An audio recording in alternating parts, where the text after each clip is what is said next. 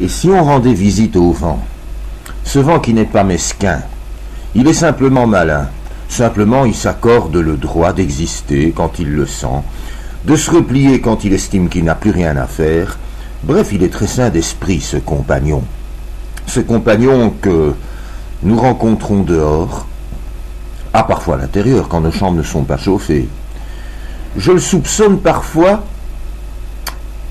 de venir un petit peu me rendre visite quand mes dents ne sont pas au repos et que j'ai envie de me coucher sur l'oreille droite et sur le ventre. Mais ça, c'est un autre débat. Quant à dire qu'il est méchant, le vent, je ne pense pas. Simplement, il a ses lois et, comme toute personne stable, quand on connaît le mode d'emploi et qu'on arrive à s'adapter, on finirait par ne plus avoir trop de problèmes.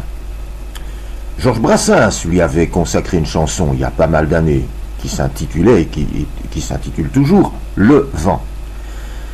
Quelques années plus tard, Pierre Perret a remis ça dans une chanson sur un vinyle intitulée « Je suis le vent ». On aura bientôt l'occasion d'en reparler. Mais sans aller chez des chanteurs connus, je me rappelle dans les années 80, lorsque je faisais les coupes de chant des radios libres, dans la province du Luxembourg où j'habitais et où j'avais des amis qui chantaient, de mon ami Bérangère Frédéric, qui avait de très belles chansons, dont une qui m'a beaucoup marqué, j'ai même encore l'enregistrement sur une cassette, qui s'appelle « Le vent ». Bref, le vent donne naissance à beaucoup de chansons qui elles-mêmes sont des coups de vent, des coups de fraîcheur qui valent le détour. Je crois que les fleurs, les feuilles sur les arbres, les branches elles-mêmes ont dû depuis la nuit des temps s'adapter à cet être vivant, éternel, intemporel, qui nous envoie déjà peut-être des passeports pour l'éternité.